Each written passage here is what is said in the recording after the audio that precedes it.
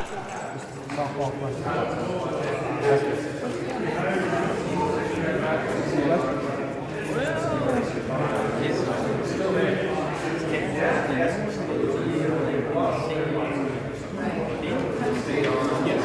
Yeah, so what we have to do is these are the trusses that are trestles that are constructed out there for the bridge. The trestles are constructed out there to bring it down. Now, are we thinking So, no, the steel structure, so all the little dots we assume are going to be tight miles. And we're showing it completely across the river. It won't be that way. Any other contract gets a new one. They know how to do it. All the possible access points, crossings, everything. But it will take them about 3 years to get this built, bridge constructed. And once that bridge is constructed, they'll take traffic off of this road. This will maintain traffic during construction. Switch it on to the new bridge, and then they'll tear this one down. It takes about a year to do that. And there's a tie-in here. So you see that here,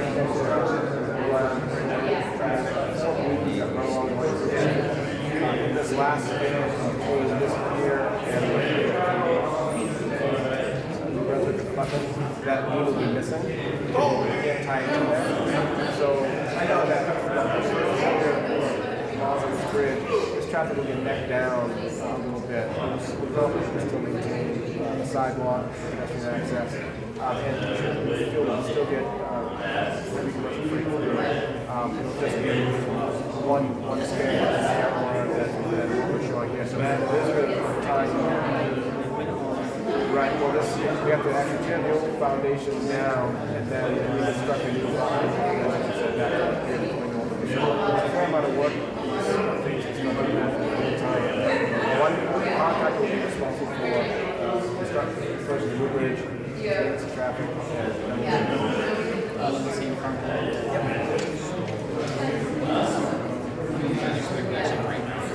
So the bridge is just going to advertise and it takes about 4 weeks, 4 to 6 weeks for the contractors to review the contract documents and provide price. And that takes us 4 to 6 weeks to award a contract. So if we want to get a contract award as early as January, February or March,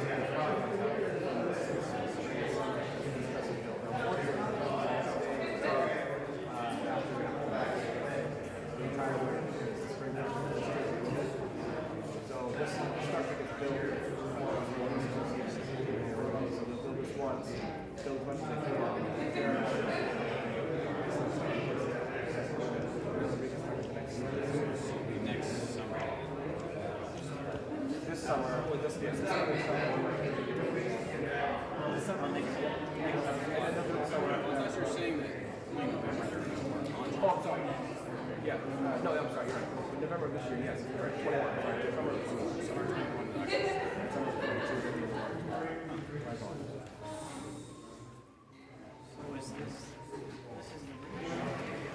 This is the riverbank. So the river kind of runs along this line here now. These are temporary field conditions in order to support the active bed. And the final condition, this gray represents the brown soils. This is raised from this side. And then this is brown. Oh yeah.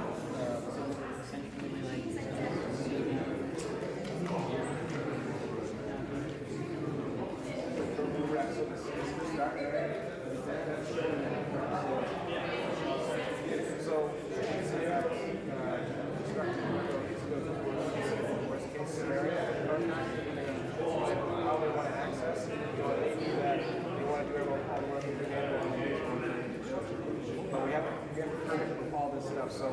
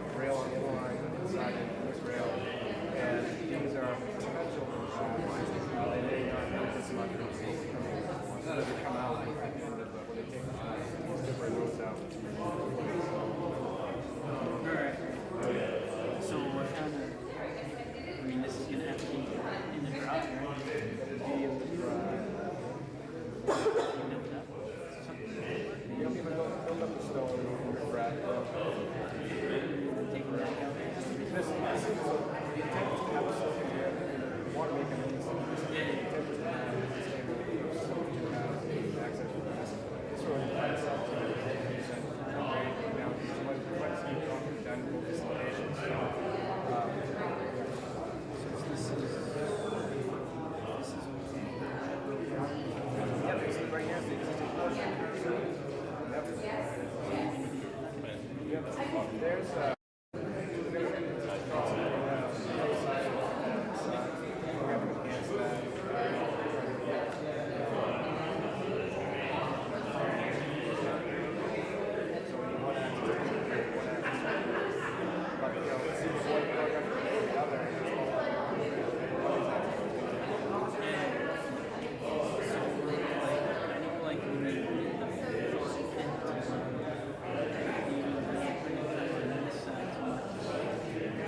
right, so I think what we're talking about right now is just the details still being worked out. As long as the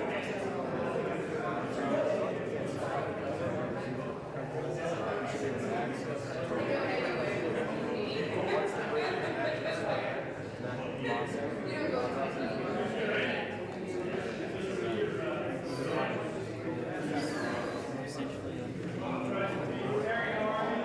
We have the benefit of not necessarily the benefit of support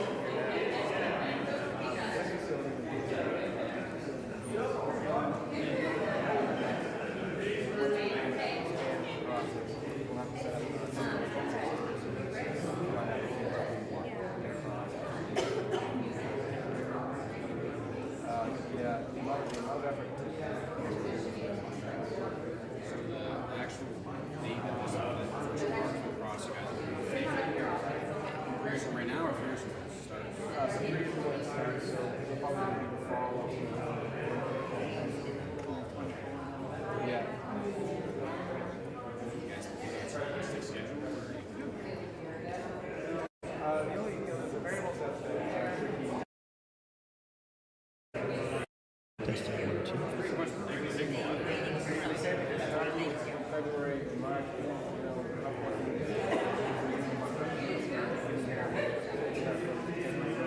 They really can't get any water.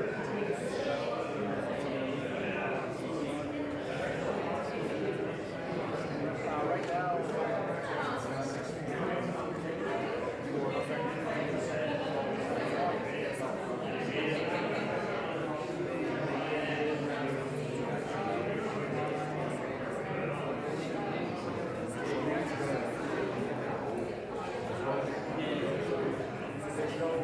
there won't be any more restriction.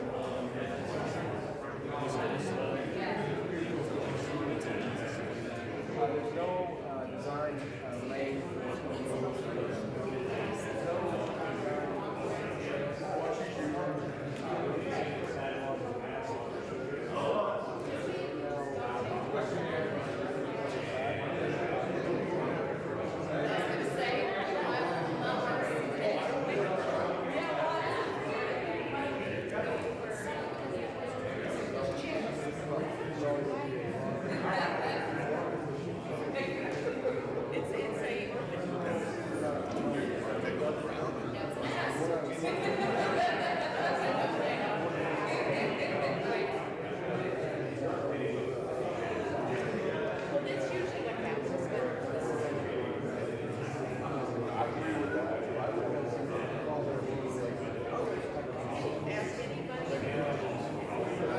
I was more interested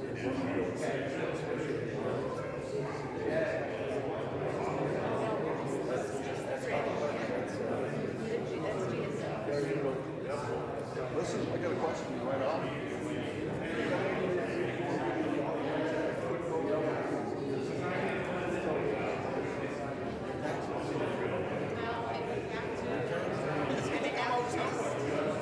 Because it said 90, up to 90.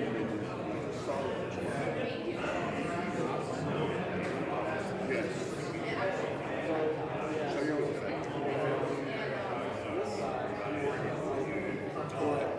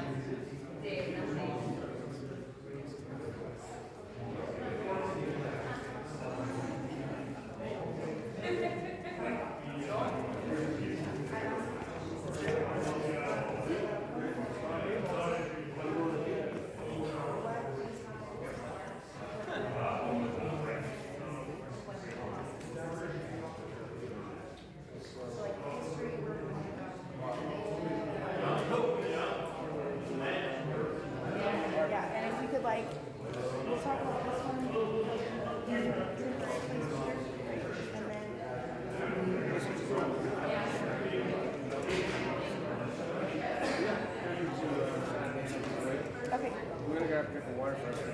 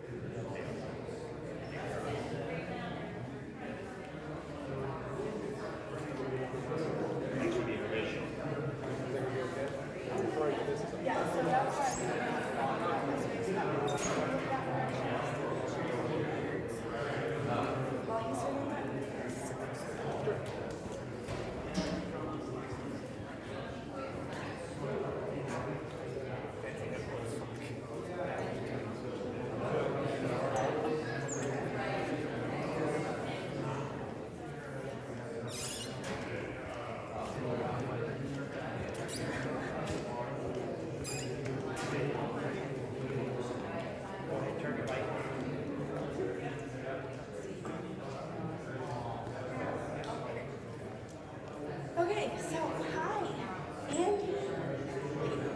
Okay, so you're Andy Lathe with Maine DOT. Okay, and tonight we're here to discuss the International Bridge Project. Tell me a little bit about where we've come from. Sure. So, several years ago, a feasibility study was done to look at multiple options for a novel bridge crossing new port of entry. It's dozens of different locations for crossing the world. Straight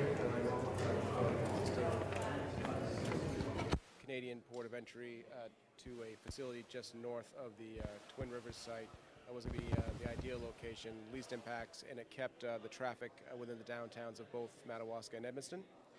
So what we have here is a layout of the future bridge plan. The bridge is located and shown in blue. The bridge is going to be about 1,800 feet long. This area down here in orange is highlighting where the new GSA land port of entry facility is going to be on the U.S. side.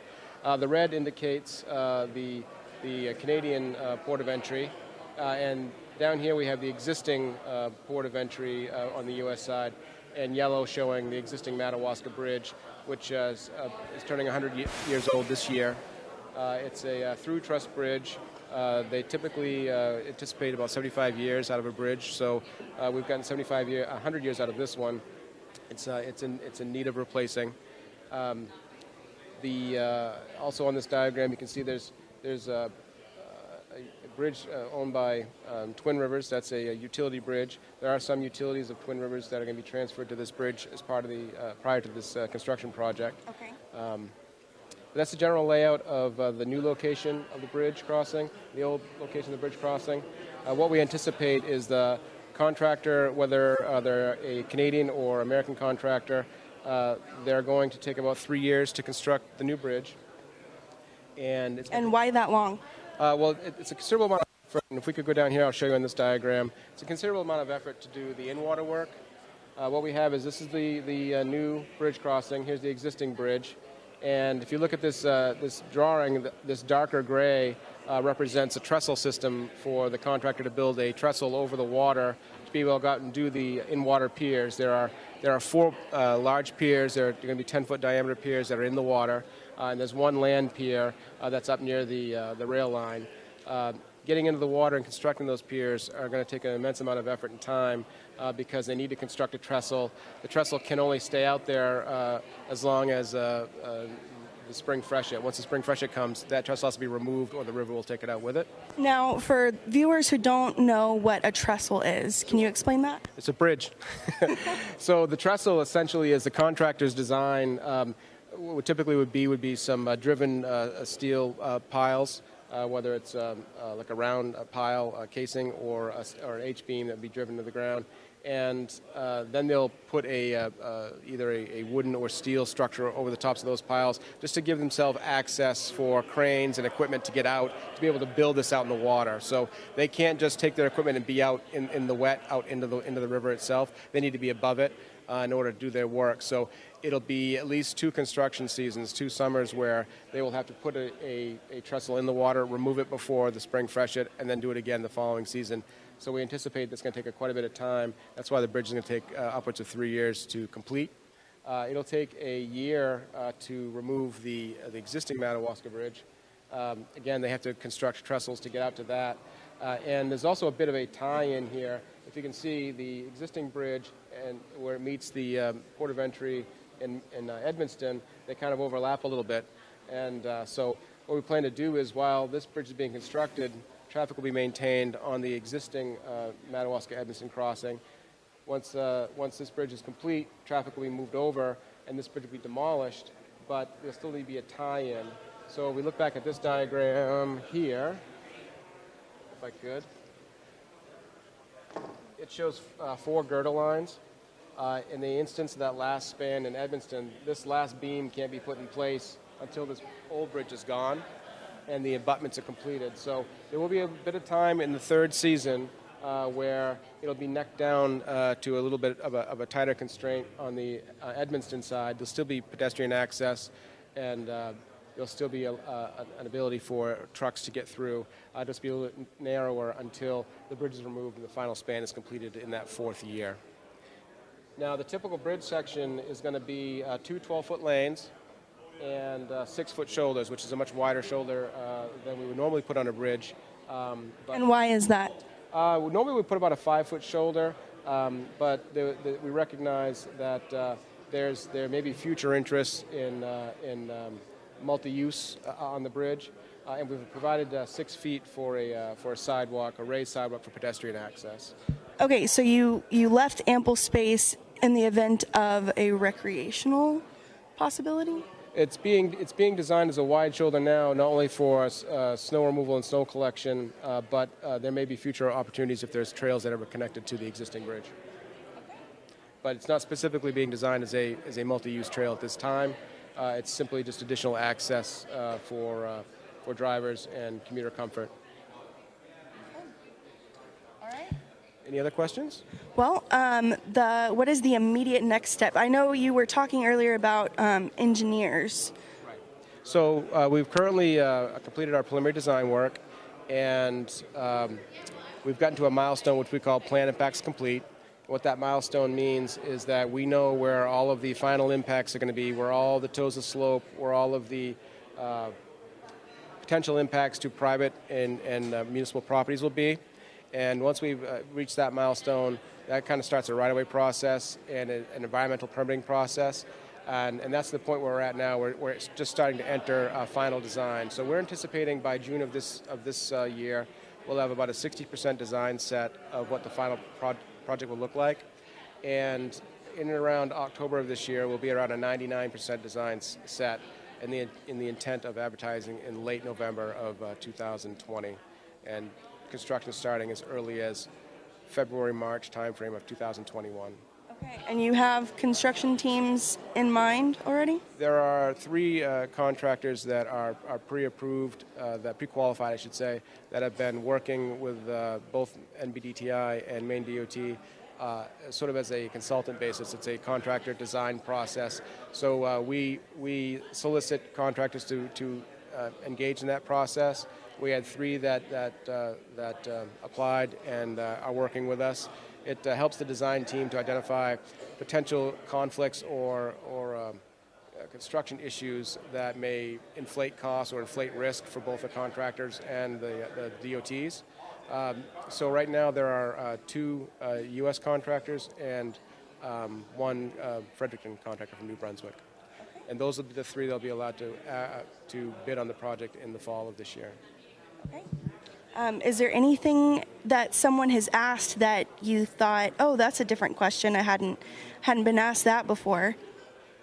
I think some of the ones that have come out to us are security issues, whether it's security fencing on the bridge itself.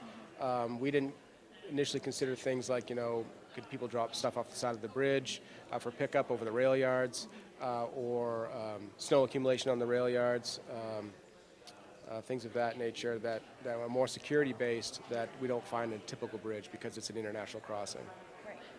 Now, back to security. I know why we're not discussing the land port of entry, but if you could just kind of tell our viewers and our readers why we're not talking about the land port of entry tonight. GSA is only in their preliminary design for their port facility, and right now the Department of Transportation and NBDTI, the basis of knowledge that we have is really where the inspection lanes are. We don't know any more beyond that footprint. So what we've shown in our drawings here, it kind of shades out. We know that there are inspection stations here, and we have an idea of where they want vehicle flow to come from and travel to, but beyond that, we're not privy to their design at this stage. Okay, awesome. All right, well, thank you so much for your time. All right, thank you.